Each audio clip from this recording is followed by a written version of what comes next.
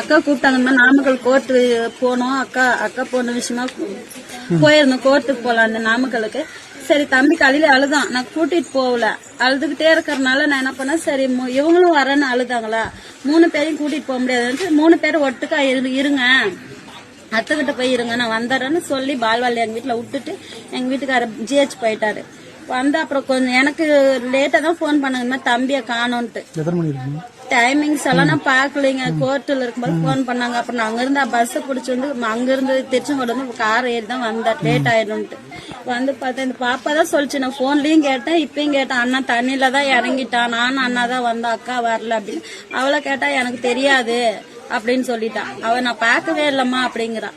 நான் ஏதோ எப்படி நம்புறது சொல்லுங்க, என் பயிர் எங்கன்னு போய் தேடுவேன்னு சொல்லுங்க. தண்ணியில போயிட்டான்னு, தண்ணி இவ்வளவு தண்ணி அடிச்சிட்டு போது வருவானா வரமாட்டான்னு தெரியலீங்க. அது எதுவுமே எனக்கு சொல்லல. அவங்க ஒண்ணுக்கு பாத்ரூம் போறேன்னு வந்துட்டு போனதா தான் சொல்றாங்க, என்னன்னு தெரியல. இங்கிருந்து ஒரு வீடு தாண்டி அந்த பள்ளத்தை படிக்கட்டு இறங்கி அங்க போற வரைக்கும் அவங்க நிதானிக்கலையா நான் கேக்குறேன்.